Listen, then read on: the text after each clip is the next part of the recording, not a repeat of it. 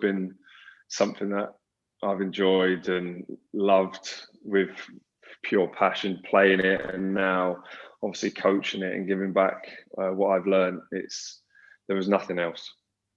So, like you said, like you're on your way to your pro license, you're halfway there. Do you miss playing?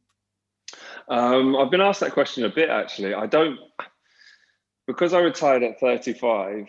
I had a full career from, like I said, a young age all the way to 35.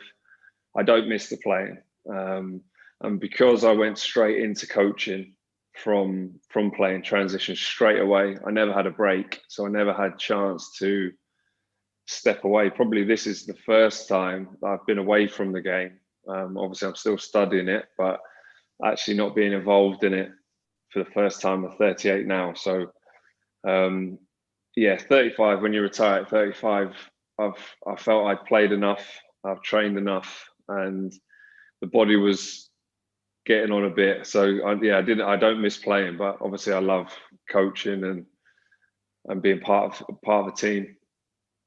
And you said, like how you retired when you were 35 and you kind of had a full career. Like, I don't think so. It was a spontaneous decision. Like, you would have thought about it for quite a while before Yeah, yeah. retiring. So, like, like, how do you come to that conclusion? Because some of them say I can go on to play till 40. Like, for you, what made you retire, or what? I mean, some players do go on to play to the late stages or late 30s, 40. I mean, look at someone like Ryan Giggs was able to play at the top level till to 40. I mean, James Coppinger plays in League One, still playing for Doncaster at 40. There's players that are able to do that, and that may be down to physically that they can sustain that level of consistency, and they may not have had long-term injuries. But yeah, I think for me 35 was, my body was done, but then also that I'd already started thinking that at 35 that, sorry, just moving my computer. No, not a problem at all. um, I would already started thinking that I was already going to coach from about 30 onwards. I started to do my badges. I started with my B, then my A, and already had a sort of a vision of going into coaching. So it wasn't like a split decision or sort of a quick decision at 30 that I decided, or 35 that I decided that was going to be it. I'd already started to plan for the next part of my career, I suppose.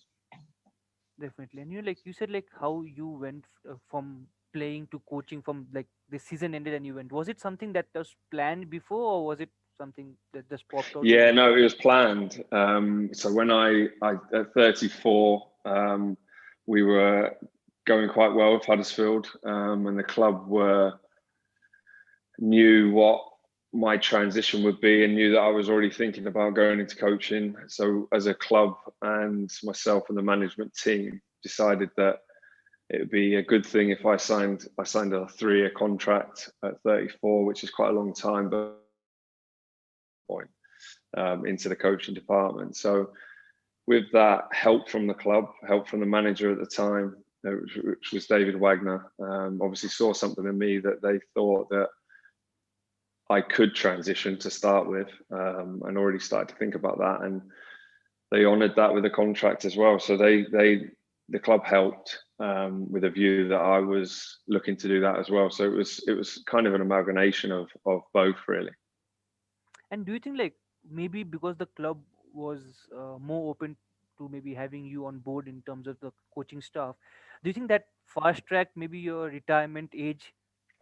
It's a good question. Well, there was, when it came to the season, we got promoted. So when we won at Wembley on penalties. It was such an amazing season. Kind of impossible was possible, and it wasn't till a couple of days after we'd sort of calmed down a little bit after realising what we'd done as a club that I spoke with the manager, and he said, because we'd gone to the top league, to Premier League, and probably my game time was going to be limited, and he said, look, you can go on loan. If you want to still play football, your contract will still be here, and you can delay it for a year if you want. You can go play and then come back and transition a year later, or you can do it now. Um, And I'd made my mind up. Body, like I said, my body, I'd been through enough. I've been through enough battles. The strain on the body was taking its toll. So I decided, well, it'd be a good time to do it. While we got promoted, got to the Premier League, chance to finish and transition, be part of the coaching staff that's in a Premier League setup. So the timing was perfect, really.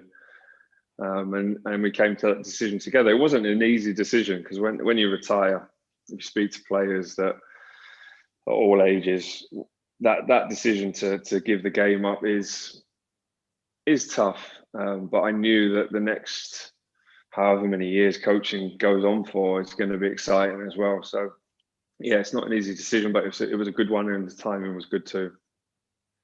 Definitely, like one thing that I from whatever we have spoken till now, I could stress upon is like you had your body was kind of giving up what it could not do, what it could do probably maybe 10-15 years back.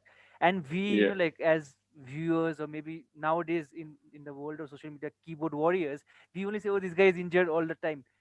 How much of a toll does injury take, on a player? Because Well, it's yeah. I mean, injuries they're all different, and I would say it depends on I'd say the individual. I mean, certain professionals, a lot of professionals take everything that they do to the ultimate, to the elite. I mean, their food, the recovery, the way they look after their bodies, and that obviously speeds up recovery from certain injuries. But I think joint issues. I had an ankle when I was 28. I had a hip operation as well as my ankle operation at 28.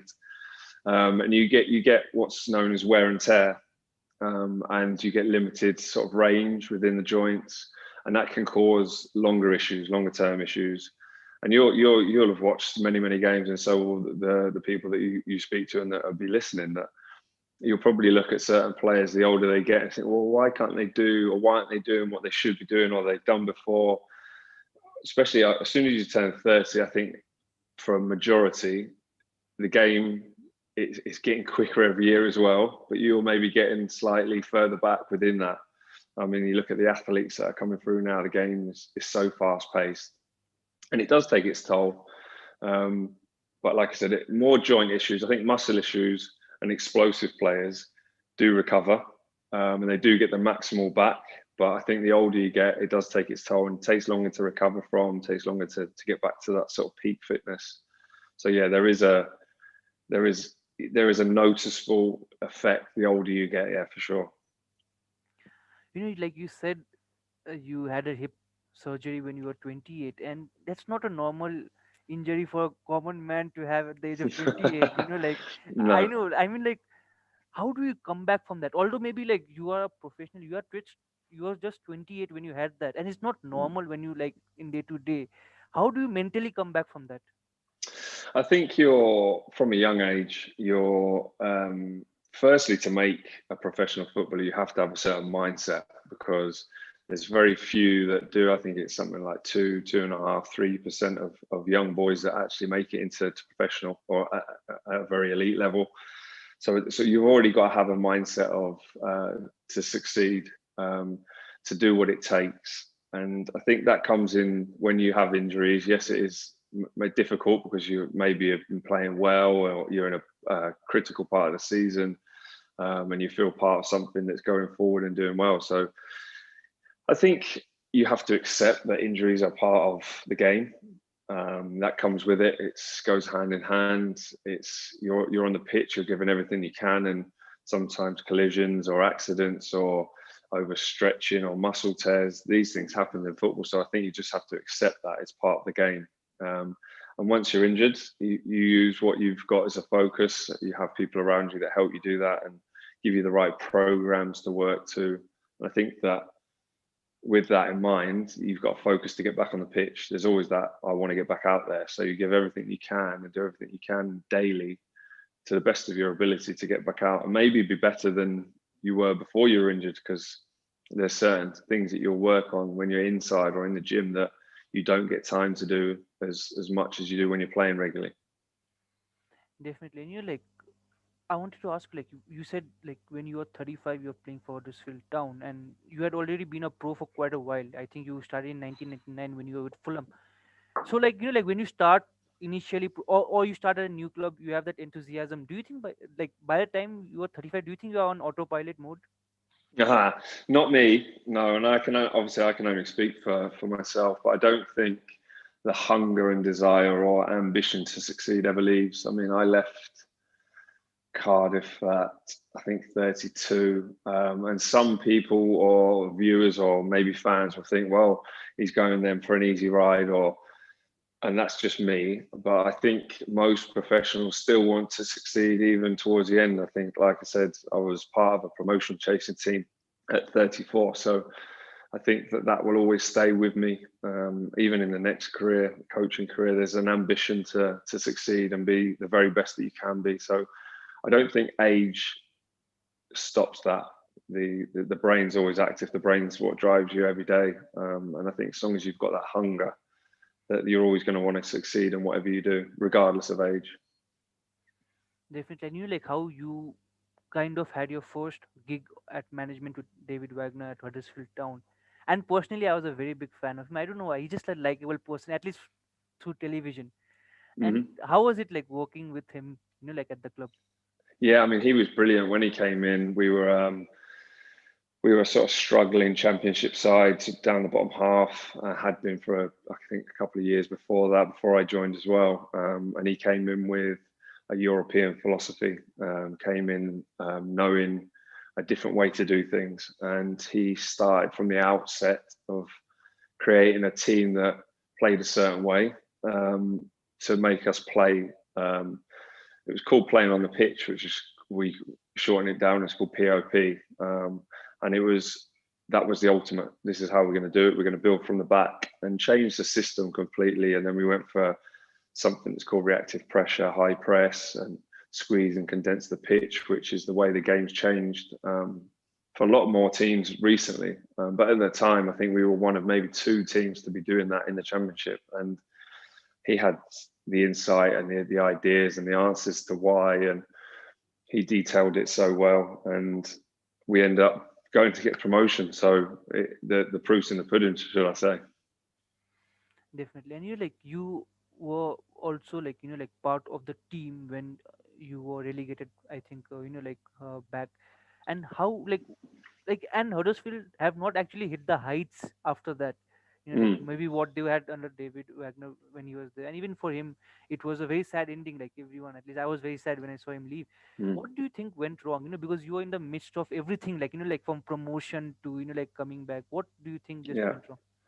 I think, I mean, firstly, you look at the fact that we stayed in the Premier League. So we got promoted, which was the impossible. And then we competed so well that we actually stayed in the Premier League for a second season, which is probably an even bigger job than getting promoted. I think to sustain the levels. And look at this season, there's teams that are good teams that are struggling, and we managed to do that. So I think the I would say maybe the third season, so it would be the second season in the Premier League. Teams have started to maybe work us out. I knew that we had a certain way of playing, and we didn't get the start that we needed, so we were on the back foot quite quickly. And then once the confidence maybe goes a little bit within the players, and you're going to teams after two defeats, you're going to teams like Tottenham or Man United or Everton or Arsenal, and you think, well, where's the next win going to come from? So the mindset maybe changed a little bit within the group.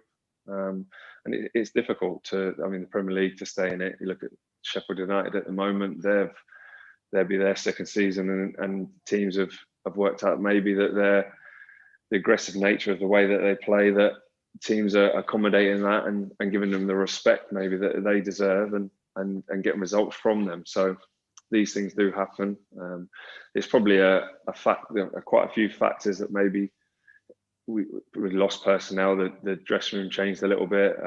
Like I said, the team start to work you out. So it's not just one thing. There's probably small percentages in the different areas that become difficult in the second season. And ultimately, when results don't go the way that you want them to, then sometimes clubs change managers, and which is what we see. And that's ultimately what happened. Definitely. And I want to ask you, you were also the caretaker manager in that season.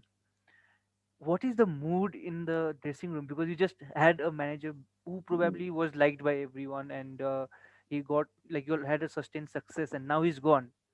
What is the mood in the like being a manager there? Um, I mean, it's difficult. Every time that a club changes manager, there's going to be people that have worked closely with them, and they'll be sad to see them go. But I think, especially at the elite level and Premier League, Championship, and League One and Two, that you know that what, football will continue regardless. There will be another game, even if a manager does leave. You have to give your best, and that's the way we approached it. We approached it that it was, even though it was Man City, it was on TV, it was at home, that we went out and showed ourselves in our best light, and that's the way we approached it. You have to try and pick people up. Of course, there's, like you said, the atmosphere might be a bit low, the morale's a bit low, but you have to try and spin that and look to the positives. Another positive to show yourselves in the best light that you can. Definitely. And you have already been the interim manager twice at Huddersfield Town. So now you are completing your UFA Pro. Do you think like would you go down a level maybe to start your management career, or would you consider only that level maybe for you as a base start? Yes, I mean it's a good question. I think there are. I mean, all the leagues in obviously in English football are good, and there's a lot of managers that are not in jobs at the moment. So there's a lot of competition for places. Obviously, you want to be at the highest level you can be, but it's not to say that there's not a starting position that you can build yourself up from. And there's good projects out there that clubs are pushing for young managers, and hopefully one day that I'll be one of them, and we can get on the right track and get going and improve myself and be part of something that's successful. But obviously, you want to manage at the highest level, of course, but I don't think you can just expect to go straight to the top. There's a route to do that. You've got to prove your worth, and I'm willing to do that. Of course, I did that throughout my career as a player, so I'm happy to do that as a coach manager.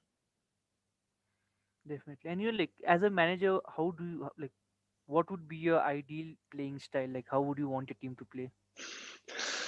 I mean, there's lots of ways of winning football matches. You see that in the different styles all over the globe, especially even in the Premier League. There's different styles. Championship, League One. There's all different styles, different ways to win. I don't think there's just one way. And I think in the way that I would like to set up, there's bits and pieces that I've taken from different managers I've learned from, but I've got my own way. And every time I think you lead a team, you coach them with your own characteristics. And obviously, from my point of view, it'd be about a team, about a togetherness that is created. That you go on the pitch every day, the training field, and you give everything that you've got. I think that's the first part. There's different styles of the game that I like to see. I really like high energy, high intensity football, but you've got to deliver that, and it's got to come from your own, like I said, characteristics. And I think that hunger and a desire to succeed and an ambitious group.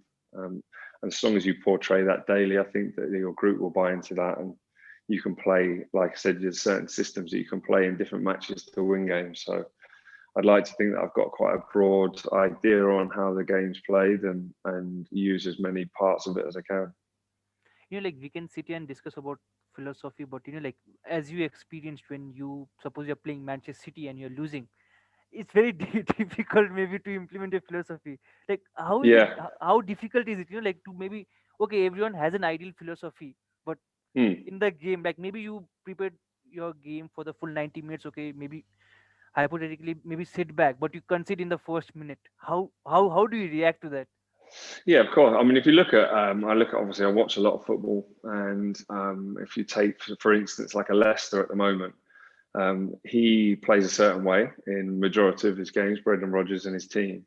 But I think he knows that he's not going to go and have the game his own way against the Man City. So he might have to tweak his formation and have a group that buy into the way that they maybe have to sit deeper and soak up pressure, and then use a counter attack against someone like a Man City. Because if you play open and expansive against them, they're the best in the world at the moment, so you're going to get hurt. So there's, like I said, there's tactics and an approach to certain games that you have to accommodate the opposition. But so in a majority of the season, you'll want to play your own way, which is of course great. But you know that there's certain teams out there that you have to tweak your tactics to. So, like I said, and if you're playing against a Man City and you do concede early, I think you're on the back foot. So in that scenario, what do you do? Like, do you stick to maybe like playing on the counter, or would you go expensive? Like, it's very difficult. I think if you go into that game, if you're going into a game against a Man City, and you've set up a certain way and you do concede early, if you've approached that subject within the week and your lead up to have a plan for these aspects of the game that may change, and it's not just reactive, because I don't think you can go out and say, well, we're going to keep a clean sheet against Man City and then we'll play this way the whole game. So you have to have an idea, and your players have to understand that if you do concede early, this is what we're going to do when that happens. So you have to have an answer, and you have to have given that to the players before you go onto the pitch, so they know what to do when they're on the pitch. Definitely. And you're like, you said like how in your early 30s you're already thinking of maybe getting into coaching. Was there any particular coach that you looked up to, like maybe like that you wanted to emulate probably? I mean, there's lots of managers that I haven't played for that I really like. I've looked into, and I look at obviously the pinnacle of managers, which it can be. I mean, I've watched Mourinho, Pep, Klopp. I look at someone like Roy Hodgson that's been in the game for such a long period of time, like an Eddie Howe, what he created at Bournemouth. And the managers that I've worked for, I think you can take something from everyone, and as long as it suits what you want to do, there's the games for sharing for me. And I think I might be different to some, that I think that it's not. I'm not going to create a certain way of playing that's never been done before, but it's delivered by me. So I'm not. I'm not recreating the wheel. But there are certain aspects of managers, how they deal with certain situations, how they set their team up, how their presence is felt, how they deal with media. There's aspects from all managers that I think that I'd like to take and absorb and use maybe, but it will only ever come from me. My characteristics are different from everyone else, so I'll use these things, but it will come from my voice, my tone, and deliver it in my way. Definitely. And you're like do like like many times that we have at least seen, I don't know, this might be just from the perspective of the media, that like managers get stereotyped, like for a lack of an example, or lack of a very good example is Sam Allardyce. You get him only probably in mid-season, and you do, is it fair to maybe stereotype them? Okay, they play this way, or what is it like? Or, and if it is, like, how hard is it to get out from that stereotype? I think that's part and parcel of we're in an industry that is open to people's thought process. There's the media, there's the fans. Everyone's got an opinion in the game. So I think that as long as you're comfortable in yourself and your coaching department and the people you work with, and you know how you approach certain games, like I said, you can tweak certain systems, and you have to take what people say with a pinch of salt. If you listen to everyone's opinions, I think you probably drive yourself insane. So I think, yes, there are certain managers that have been stereotyped over the years, and I don't think that unless you look into it properly that you can do that, because some people say about Roy Hodgson sets up in a certain way, and he's very tactical in the way he does that. It may be not possession based, the same as Sam. Some people say that he goes back to front very quickly, but then if you look at when he came through at Bolton, he was probably the first to implement a lot of the nutrition, a lot of the recovery aspects, and you speak to the foreign players that played under him and said that he was very forward thinking. So yeah, there are people that have an opinion, but again, I don't think that these managers will listen to that. They are pretty sure in what they're doing, and they're proven, and they get results. So if you work a certain way and you're happy with it, and the players are happy with it underneath you, then it doesn't matter what people think outside, I suppose. Definitely. And you like, you have played during your career span, you have seen maybe the game change, drastically. Like when you first started, maybe Mourinho was at the hem and of his power, like with the Chelsea Yeah. side, and maybe by the time you finished as a coach recently, it was with, like, you had Guardiola and you had a lot of other people like Jurgen Klopp who had come in. How, in your opinion, how was the change? Like as a player or even as a Mm. coach. Well, a lot of sports science has come into the game, as well as the analysis, looking into the oppositions much more, as well as using it to get the best performance from yourselves. The game, sports science, the data that comes in. I think you can grab any kind of data that you want now for players and as teams, and you can use them. And it's just about how obviously how you use them, because you could pull any stat you want off computers, and but if it's not relevant to how you set up, then they can be misused. But I think, yeah, the game, the speed of the game has changed from when I started. I think I've watched back some games from previous years, maybe 10 years ago, and looked at it and think they're quite a good tempo. But then you look at some of the games now and how fast paced it is and how explosive the game has become. And that's not just England, that's across the globe. Um, it is so in depth now. It's not just here's a football, there's an 11 players and go out and play and hope to win. It's so much more tactical, and the coaches and the managers and the young coaches in the game, and even looking to younger players, to youth development. There's so much more that goes into it now, to get the best performance from young players to get into the first team. And there's the money in the game's obviously changed. There's huge amounts of money in the game. Obviously, it's been a tough year with the pandemic, but yeah, it's definitely gone forward a long way since when I started. Definitely. And you were with Cardiff when they were relegated as a player, and you were with Huddersfield Town when you were relegated as a manager. Which one was more difficult to take in? Oh, I think anytime something like that happens in your career, I mean, talk about relegations, I've been to a playoff final and lost. I think that was tough as well. I think the fact that a relegation is definitely not easy, but getting to a playoff final and losing at Wembley and then realising that you're one game away from maybe making the Premier League, that's tough as well. I just think that these are experiences you go through, not only as a player, but as a human being. I think you have to deal with the highs and lows. It's not just a game of all highs, even for the best players in the world. And look at someone like Messi at the moment.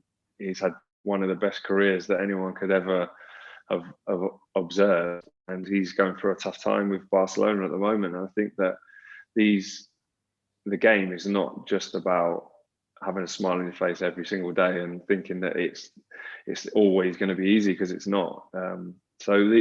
These and you have to learn from them and maybe look back and reflect and see what you could have done better, and then use it as a tool to go and make yourself better. Definitely, I got two segues to from your answer. Like first one was like, I think during a time at Cardiff, you played under Ole, and he has been doing extremely well, and he has been under criticism, and also he has been performing well this season. How was Yeah, it playing under him then? I mean, it's always an experience. Someone that's obviously been, as a player, the top.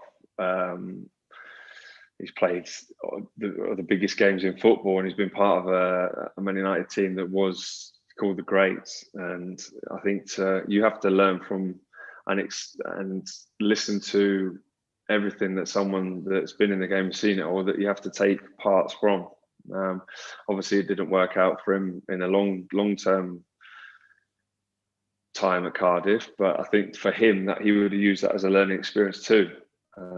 So it's obviously for us as players are playing under someone like that, we're learning from them, and they're probably learning at the same time. I don't think that the game is no one's ever completed the game. You look at coaches, look at Pep when he won the Premier League and did so well in Europe, and then obviously Liverpool took over, and Pep's now come back again this year and playing amazing football. There's not one point that I don't think a manager would think, yeah, that's it. We've learned it all. You can't. There's nothing to learn, because there's always something that football gives you and changes weekly, and someone comes up with a different idea, and you have to learn and adapt every single season. So yeah, there's always something that you can learn from managers, and I think that's what Ollie's done. Ollie's, like you said, he's went through a good period, then a tough period, and now he's back, I think, second in the league with their result last night. So it's an ever-changing game, and you have to be on your toes and open-minded to learn and to be willing to learn. Definitely. And you touched on Messi, so I have to ask, which is the most difficult opponent you ever faced? Well, it wasn't Messi, but I think I've played against some amazing players throughout my career. I think Drogba was one. He was obviously one of the top strikers in the world. Anelka, Louis Zaha, Van Persie, Rooney. Probably the one that had it all would probably be Drogba. I think, to think that he went and did what he did. I think I played against him early when he came to Chelsea. But yeah, I think he was a player that had absolutely everything. He was good in the air, he was quick, he was good on the floor, his touch was good, his finishing was good, and yeah. So there's been lots of good players that I've played against, but he probably had nearly everything. Like, personally, do you have any particular type of player that you don't like playing against? Someone who's fast? Yeah, so people used to say that I used to hate playing against small, nippy, like quick forwards, which is probably true. But I think I used to like the battle against big centre forwards. I think the physical battle was good. I think I had to adapt my game against maybe quicker forwards that used to play on the shoulder and always be on the last line, ready to sort of go in behind. The ones that you're not necessarily up against physically, they're just kind of ghosting around. I remember playing against Larson once in a friendly for Celtic.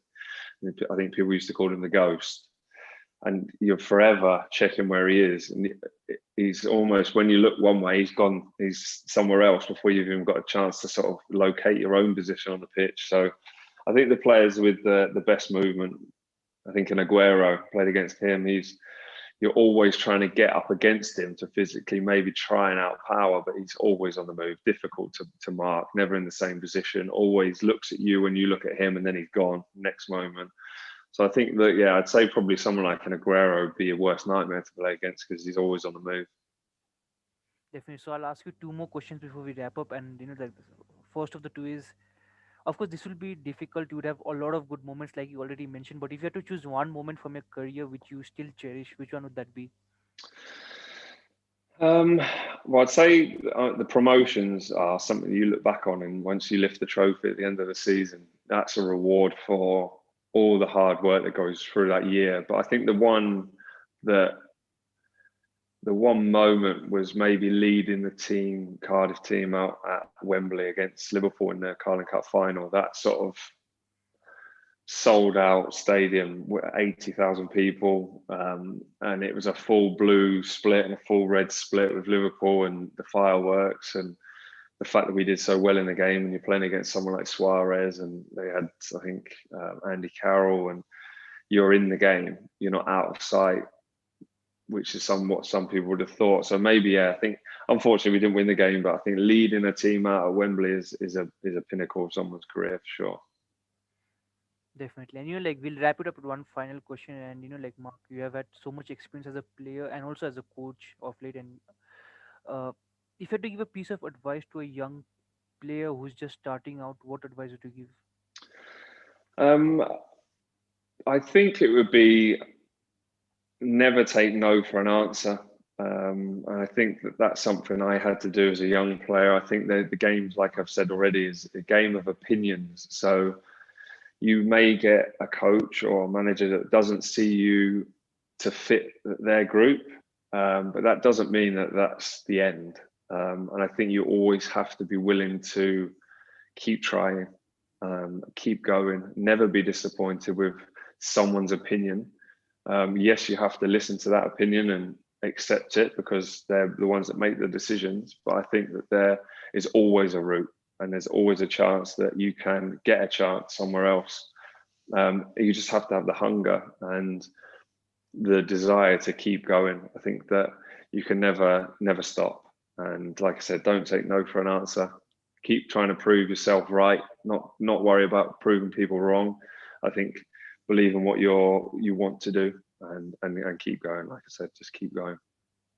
Definitely. And like on that note, Mark, it was an honor talking to you. It was very insightful, and I also like your background a lot. And I'll not keep you along a lot before you have probably to attend your children's homeschool here, or they might be like okay. And like Mark, hope to talk to you again soon. And I wish you all the best for your UFA license and also your managerial career. Hope you can probably do the unfinished business, take your club to maybe Carling Cup final at Wembley and win it.